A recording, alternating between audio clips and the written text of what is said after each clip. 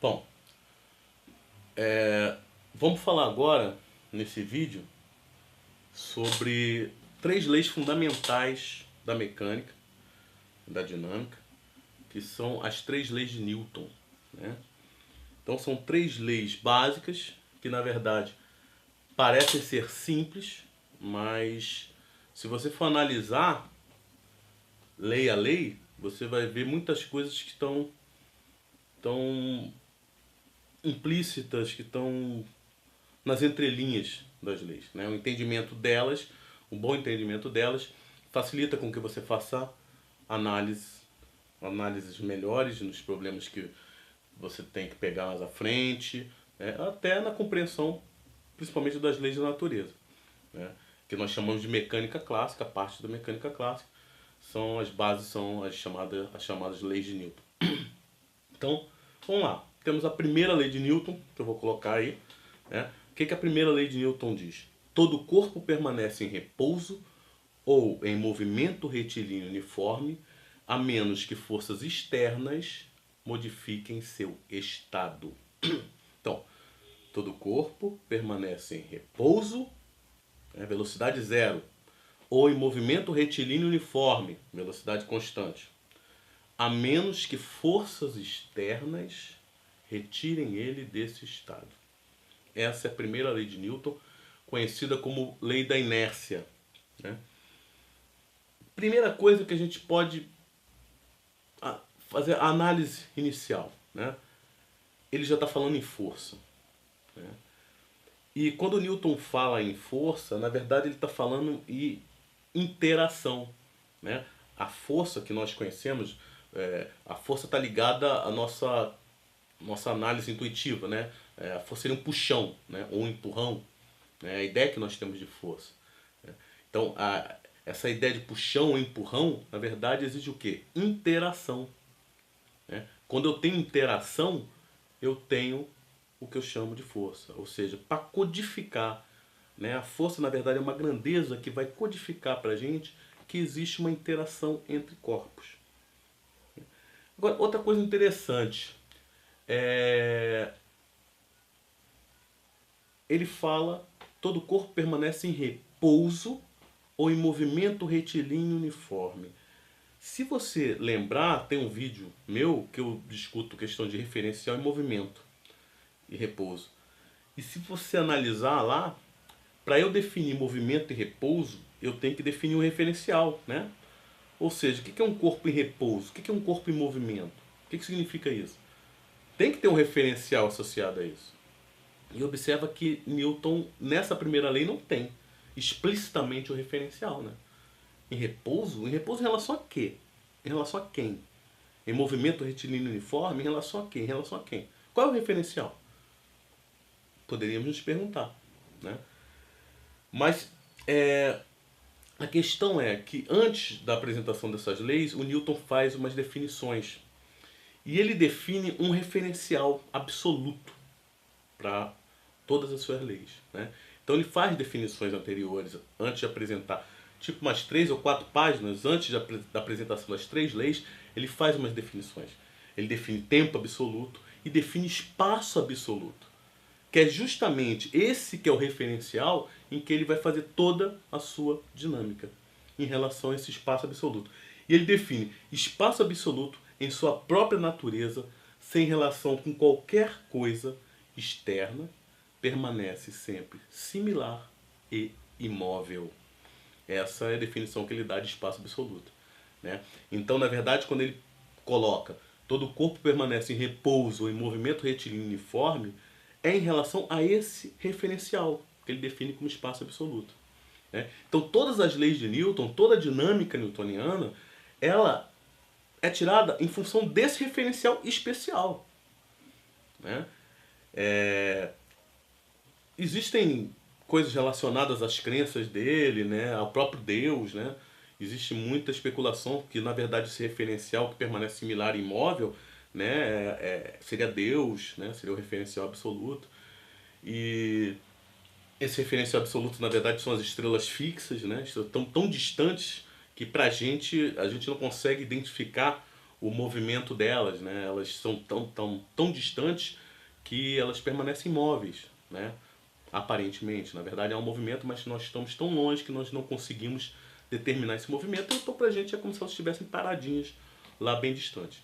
Então, em relação a esse referencial. Aí você pode perguntar, pô, mas peraí, se as leis de Newton, né, ou a primeira lei de Newton, que é chamada lei da inércia, só é válida para esse referencial especial, então eu não posso analisar movimento nenhum. Só posso analisar o movimento em relação a esse referencial especial, que é o referencial, que é o espaço absoluto. Aí que está a questão. Porque se eu estou em repouso em relação ao espaço absoluto, minha velocidade é zero. Então eu estou em repouso, estou definido. Logo, se eu tiver um outro referencial que esteja em repouso em relação a mim, concorda que ele também estará em repouso em relação ao espaço absoluto? Né? Porque nota, se eu estou em repouso em relação ao espaço absoluto, existe um outro referencial que está em repouso em relação a mim, ele também está em repouso em relação ao referencial absoluto, ao espaço absoluto. Logo, qualquer análise que eu faça, e qualquer análise que ele faça, vai ser, o resultado vai ser o mesmo em relação ao espaço absoluto. Então, o grande lance disso daí é que eu posso escolher uma infinidade de referenciais que ou estão em movimento retilíneo uniforme em relação ao espaço absoluto ou estão em repouso em relação ao espaço absoluto. Então não preciso mais pensar só no espaço absoluto, né? Porque se eu estou em repouso, eu posso ser um referencial também. Ou outro corpo que esteja, um outro ponto que esteja em repouso em relação a mim e eu estou em repouso em relação ao espaço absoluto, também pode tirar as mesmas conclusões na análise física. Então eu posso ter uma infinidade de espaços, de referenciais, né? Mas como Newton definiu esse espaço absoluto, né? Então é um referencial especial. Nós dizemos então, na verdade é isso, as leis de Newton só valem para esse tipo de referencial. Em movimento, em retilíneo uniforme em relação ao espaço absoluto ou em repouso em relação ao espaço absoluto. A esse tipo de referencial nós dizemos que são referenciais inerciais. Então por isso que nós dizemos que as leis de Newton só valem para os referenciais inerciais. Então observa, todo corpo permanece em repouso, espaço absoluto, ou em movimento retilíneo uniforme, velocidade constante, a menos que forças externas retirem ele desse estado. Então, nesse caso, é a lei da inércia. Ou seja, o corpo tende a continuar no seu estado, né? Ou de movimento, velocidade constante, retilíneo uniforme, ou de repouso. Se ele sai desse estado, necessariamente houve uma interação. Houve uma força, um puxão, o que seja, um empurrão, que retirou ele desse estado. Né? Se o corpo está parado com velocidade zero, significa que ele vai continuar assim. Ele só vai sair desse estado se uma força atuar nele. Ou seja, algum tipo de interação. A mesma coisa, um corpo está em movimento retilíneo uniforme, com velocidade constante. Ele só vai sair disso daqui se uma força atuar nele. É uma interação. Então, a primeira lei de Newton pode ser identificada matematicamente como... não quer dizer que forças não atuam no corpo. Mas, se você tiver uma série de forças atuando no corpo, né, e lembra que força é uma grandeza vetorial, né, você só pode compreender força nessa grandeza se você tratá-la de forma vetorial, né, porque eu posso dizer o seguinte, eu vou fazer uma força nesse quadro, né, mas aí eu posso te perguntar, mas tudo bem, você vai fazer uma força de quanto? Aí eu digo o valor, 50.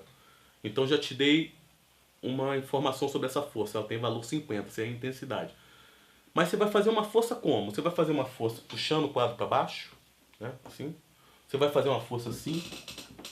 Você vai puxar o quadro para cá, né? Porque é diferente. Eu posso fazer uma força de 50 empurrando o quadro para lá. É uma coisa, eu vou ter um resultado. Ah não, eu vou fazer uma força de 50, mas puxando o quadro para cá. De repente eu até tiro o quadro do lugar. É um outro resultado. Né? É a mesma coisa. Aqui é o apagador. Eu vou fazer uma força de 10. Tudo bem, mas você pode fazer uma força de 10 assim. Você pode fazer uma força de 10 de baixo para cima. Você pode fazer uma força de 10 de cima para baixo. Você vê que essa grandeza tem necessariamente natureza vetorial. Então, para ficar perfeitamente determinado, eu não posso dizer só o valor da força. Eu tenho que falar, eu vou aplicar uma força de valor 10, no caso Newton, se for o caso, na vertical, de baixo para cima. Pronto, ficou perfeitamente determinado. Estou na vertical, estou de baixo para cima, aplicando uma força de 10. Então, por isso ela tem necessariamente natureza vetorial. E a primeira lei de Newton, primeira lei de Newton, matematicamente, a gente identifica como força resultante igual a zero. Ou seja, um corpo em que todas as forças que estão atuando nele, se a soma vetorial dessas forças for nula, significa que eu posso concluir que esse corpo ou está parado, velocidade nula, ou está em movimento retilíneo uniforme, velocidade constante.